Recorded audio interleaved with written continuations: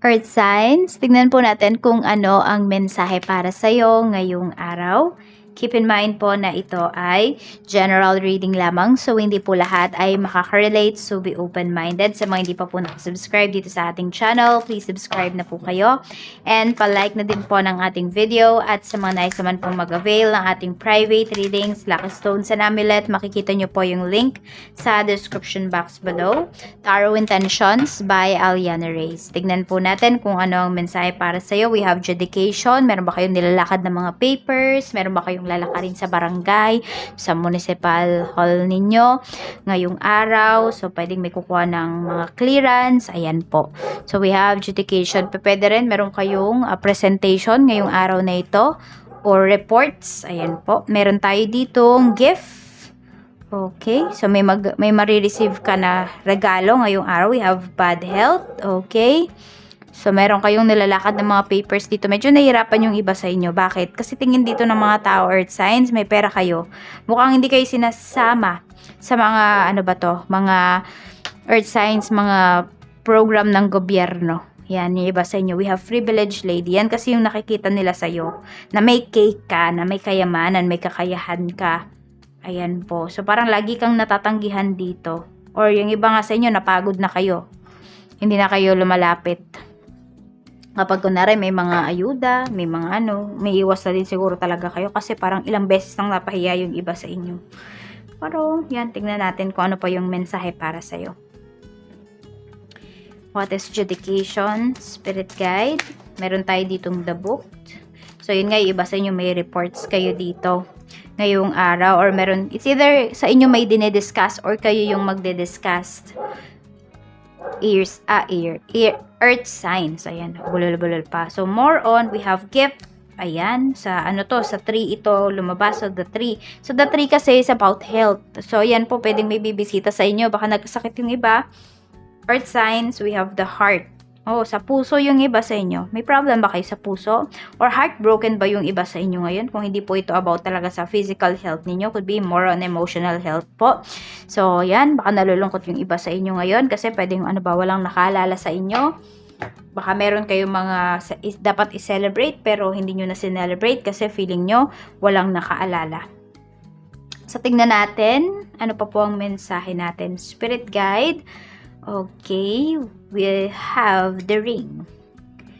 Okay, may nag-o-offer sa'yo dito ng love. Iba po, pwedeng tinatanggihan nyo kasi hindi nyo talaga gusto yung tao. It's either lang naman magiging matalino ba kayo dito, earth signs. Pwede rin naman na ito ay hindi love. Pwedeng ito po ay trabaho, may ino-offer sa'yo. We have the tower. So, may pagbabago pagdating sa life mo. Yan, meron dito kung kayo po ay nagtatrabaho sa medical field, earth signs, Taurus, Virgo, Capricorn. So, pwedeng yan, matatanggap na po kayo dito. More on health talaga yung pinapakita. More on siguro hindi kayo yung may sakit. Pwedeng po kayo ay nagtatrabaho sa medical field. Or may alam kayo, earth signs, sa panggagamot. Kaya yan yung lumalabas dito. Pwedeng madami pa po kayo talagang matutulungan. Na, you have so much to give. You have so much to offer. Pagdating sa health, pagdating sa energy mo. Pwedeng yan yung hindi nakikita ng ibang tao. Tignan natin. Ano pa po ang mensahe? Spirit guide. Mensahe po natin. Okay, we have, ayan, pagdating naman to sa trabaho, we have the grave. Death, sadness, and mourning. So, meron kayong pinag-iisipan kasi dito. Ayan. So, pwede rin naman na interview ito. Baka merong hindi makapasa.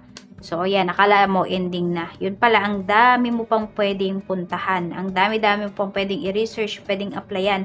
So, sinasabi sa inyo dito ni Universe, huwag kayo mawala ng pag-asa. Meron naman dito, nalulungkot kayo kasi pwede na lilipat na kayo ng work or pwedeng natanggal sa trabaho yung iba sa inyo. So, dapat talaga sa buhay natin may plan B, plan C, plan A, kung ano man plan yan. Dapat lagi tayo may plano. Hindi pwede na bahala na. Bahala na bukas, bahala na si Batman. Hindi po pwede yan. Kailangan meron tayong mga pinaplano. Meron tayong mga plano. Lagi tayong handa. Katulad nito, baka may natanggalan ng trabaho. So, anong gagawin? Walang budget. So, kaya nalulungkot yung iba sa inyo. Yan. Meron din naman dito, pwedeng hindi kayo napagbigyan. It's either, meron dito, earth signs is hindi na napagbigyan yung ano ninyo, kontrata. So, ending na. Pero di kayo nakapaghanda kasi pwedeng pinapaasa kayo dito na bibigyan kayo ng bagong kontrata, ganito, ganyan.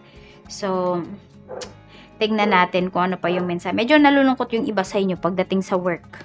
Meron tayo ditong the bouquet. Pagdating naman po ito sa inyong negosyo. So, ang negosyo nyo, matatag talaga siya. Tignan nyo, mukhang may magbibigay pa sa inyo ng gifts dito. Ibig sabihin, madami pong nakaka-appreciate sa inyo earth signs pagdating dito sa inyong negosyo. Pwedeng hindi lamang customer at hindi lamang, kayo yung business, ano ba yung tawag doon?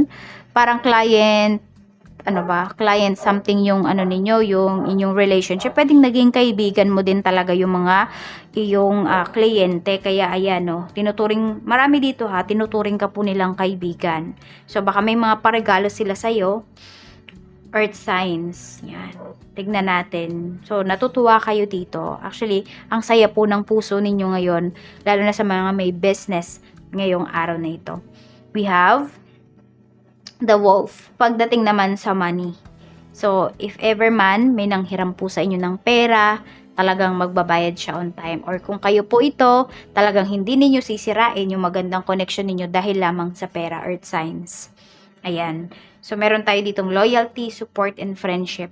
So, kung kayo naman po ay nahihirapan ngayon na magbayad kasi nga yung iba sa inyo pwedeng nawalan ng work, meron kang isang kaibigan dito na sabihin natin hindi man sobra-sobra yung maitutulong niya sa'yo, pero alam mo na makakatulong siya sa'yo at alam niya din na makakatulong siya sa'yo at ibibigay niya yun freely. Earth signs. Yung walang tanggi-tanggi, walang pagdadalawang isip.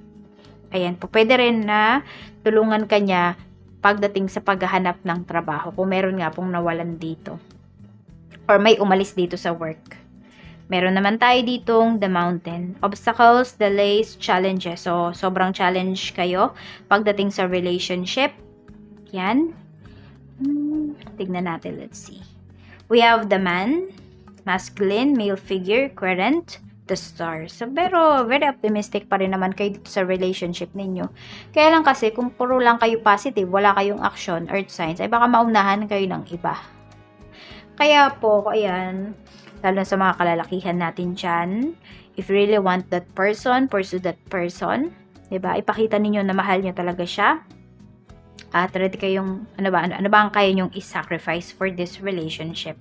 Hindi kasi pwede na puro salita lang ang pinapakain natin sa person na ito. Kailangan may action din po. Kailangan i-secure ninyo yung taong ito. Kasi pwedeng hindi siya nakakaramdam ng security pagdating sa'yo. Hindi lang yan in terms of finances. We have number 30, 17, 31, 12, 16, 28, 21, 18, 9, and 8. Yan po yung inyong mga lucky numbers. Pili na lang po kayo. I know, madami yan. So, pili na lang kayo. Gamitin nyo din yung intuition po ninyo. So, ito na po ang ating wishing candle. This is day 7. Day 7 na. Last day na po natin. So, kasi 1 week lang talaga ang nito ang nakalagay na intention. So, I hope po hindi kayo nag-skip ng ads kasi yan yung ating energy exchange pagdating dito sa ating wishing candle. So, ayan po. Nag-wish na po kayo.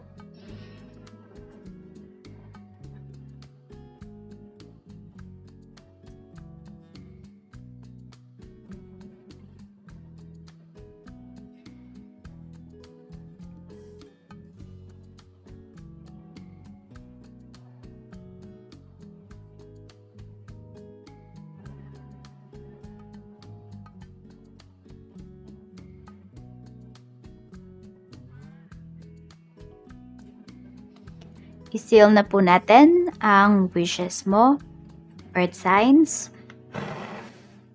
Maraming salamat po and see you again tomorrow. Bye-bye!